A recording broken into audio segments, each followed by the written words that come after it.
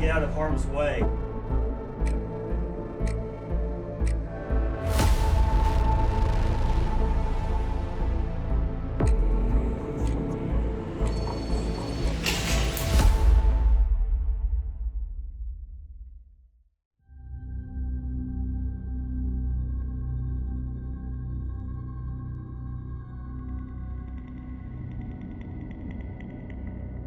On the outskirts of a small mountain town in western Pennsylvania lies the remains of a former medium security prison known as SCI Cresson.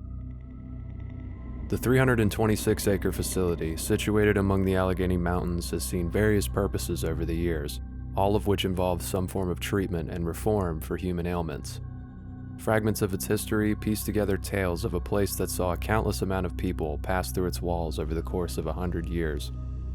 In order to understand what makes this location so charged with paranormal energy, let's go back to 1912 when SCI Cresson was first designed as a tuberculosis sanatorium.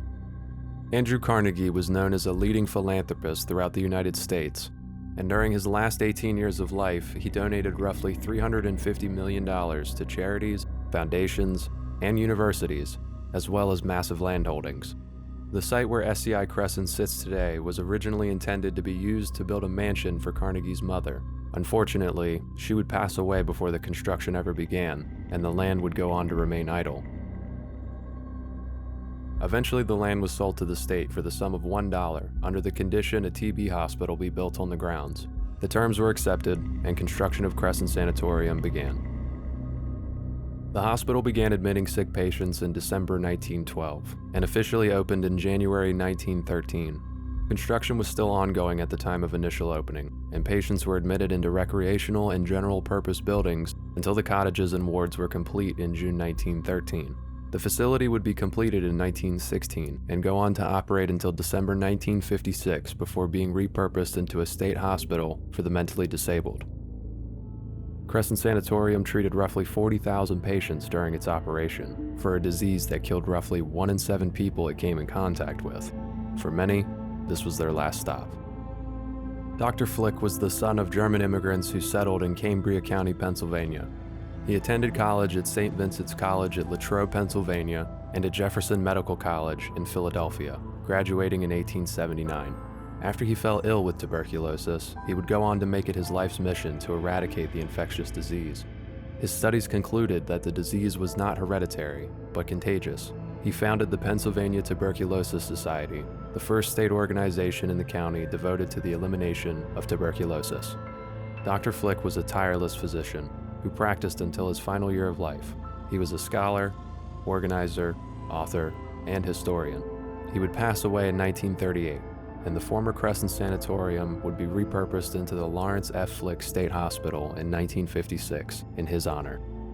Documentation on the history of the mental hospital is scarce, but based on what we've covered in the past with these asylums, it can be assumed that this facility and its patients most likely saw the same treatment similar to what was happening across the country at that time, though there is no solid documentation to back up these claims.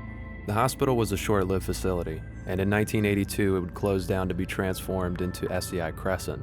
New buildings were constructed, and existing ones would be refitted with cells and heavy doors to house inmates serving time. Cresson saw its fair share of controversy during its operation. Over the years, rampant abuse by correctional officers would be reported by inmates, but would often be overlooked by prison officials. Throughout SCI Cresson's operation, several inmates ended up taking their own lives from the struggles of prison life, compiled with severe abuse from the COs. One case in particular was heavily publicized on, and put a strain on the prison to enact reform for better care of its incarcerated. In 2013, the state suddenly announced that SCI Cresson would be closing its doors alongside another prison in Westmoreland County, known as SCI Greensburg, transferring its dwindling inmate population to a smaller facility nearby.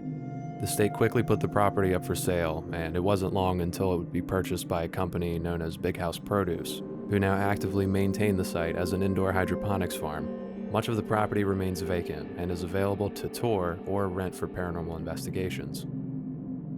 With its varied uses and somewhat dark history as a medium security prison, it's hard to pass up on a location like this one. It only recently became available for paranormal investigations in the last couple of years, so much of the paranormal activity that makes this place haunted is still being discovered.